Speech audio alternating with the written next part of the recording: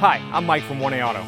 We've been selling auto parts for over 30 years. We're dedicated to delivering quality auto parts, expert customer service, fast and free shipping, all backed by our 100% satisfaction guarantee.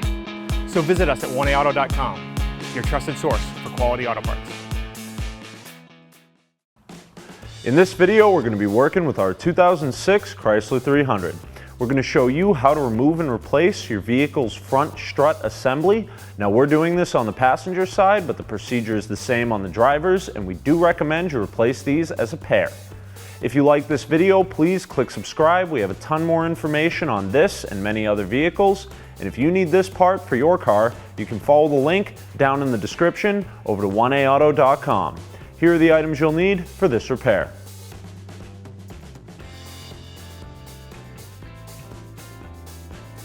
Using a 21mm socket and a breaker bar, loosen all of your lug nuts about one turn. Raise and support your vehicle. We're using a lift to make it easier to show you what's going on, but this job can easily be done at home with a jack and jack stands. Remove your lug nuts the rest of the way by hand.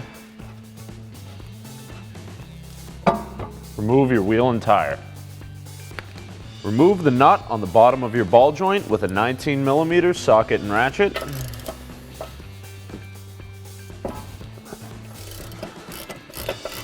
Using a 19mm socket and ratchet, loosen the nut on the upper ball joint. And remove it. Remove the 19mm nuts securing the sway bar link onto the strut. Now we're going to try this with a 19mm socket and ratchet. However, we may need a breaker bar and a pair of vice grips. So we couldn't quite get it loose with the socket and ratchet, so we're going for a 19mm socket and a breaker bar. Seems to have done the trick. Now that it's loose, we'll go back to our ratchet. Now fortunately, ours isn't very rusty, so I'm just holding the back side of the sway bar link by hand to remove the nut. You may have to clamp it down with a pair of vice grips in order to get it to stay still while you remove the nut. We'll remove the top of the sway bar from the strut. Using an 18mm socket and a breaker bar, we'll loosen the bottom bolt for the strut. Now the nut on the back of the strut is welded, so you shouldn't have to counter hold it. However, if it starts spinning, you should be able to hold it steady with a 21mm wrench. Once the bolt starts loosening up, you may be able to switch to an 18mm socket and ratchet. And the trick here is I'm putting my fingers behind the head of the bolt while I twist and pulling back at the same time to help spin it out of the bushing. Once the bolt is out of the threads, you should be able to just wiggle it out. Using a 13mm socket, ratchet, and extension, remove the three 13mm nuts on the top of your strut.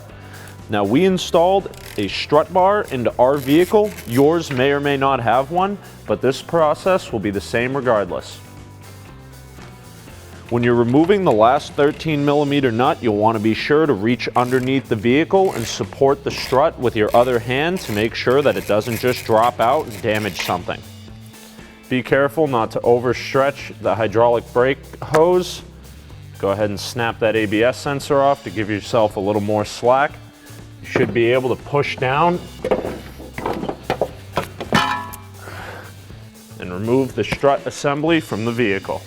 Here we have our old strut that we removed from our vehicle and our new part from 1AAuto.com. What you see here is actually a quick strut or a complete strut assembly. This means that your new part comes with a new shock or strut tube with a new spring, new billow, new bump stop, and a new strut top and bearing. This means that the entire assembly can be changed out as a unit without the need for special tools and spring compressors, which can make the job more difficult and a little more dangerous. As you can see, there are some aesthetic differences where the springs look just a little bit different, but everything should match up to the same spring rates on our vehicle, so it rides just like new. We have the same flange here to mount the stud for our sway bar link, and we have the same forked flange at the bottom here, which will sit over the bushing in our lower control arm. However, the old part has this welded nut on it, and the new part does not come with this. So we needed to get our hands on an M14 by 2.0 nut for this. A flange nut would be preferred.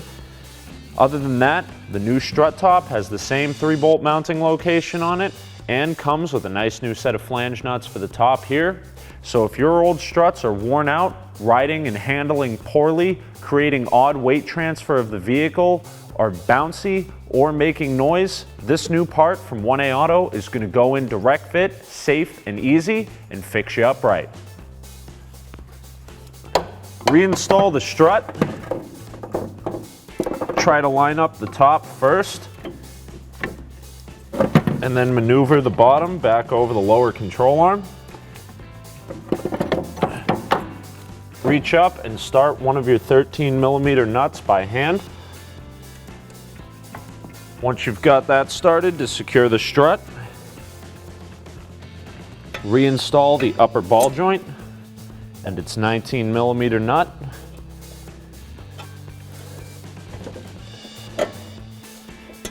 Now you'll notice I'm pressing down on the strut here while I install the nut.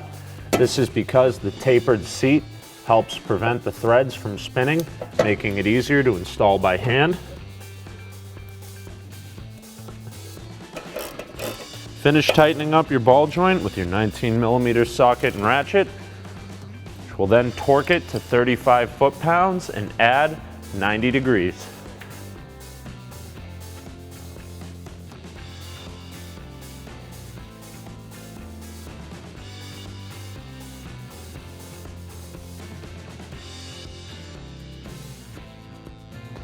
Finish installing your new flange nuts onto the top of the strut.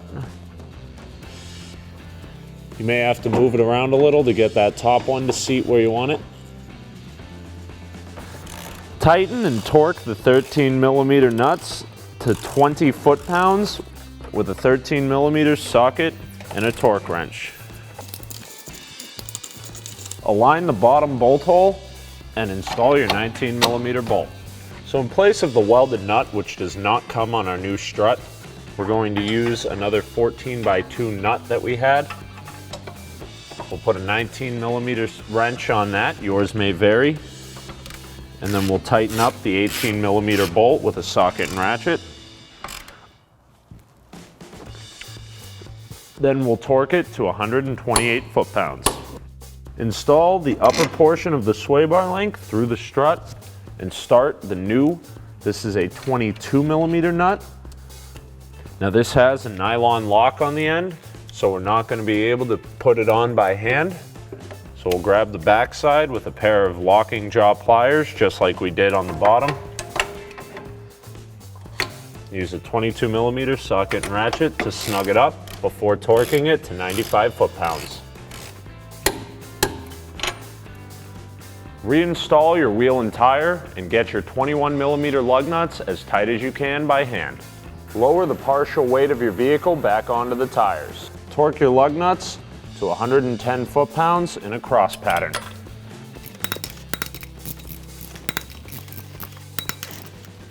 Thanks for watching.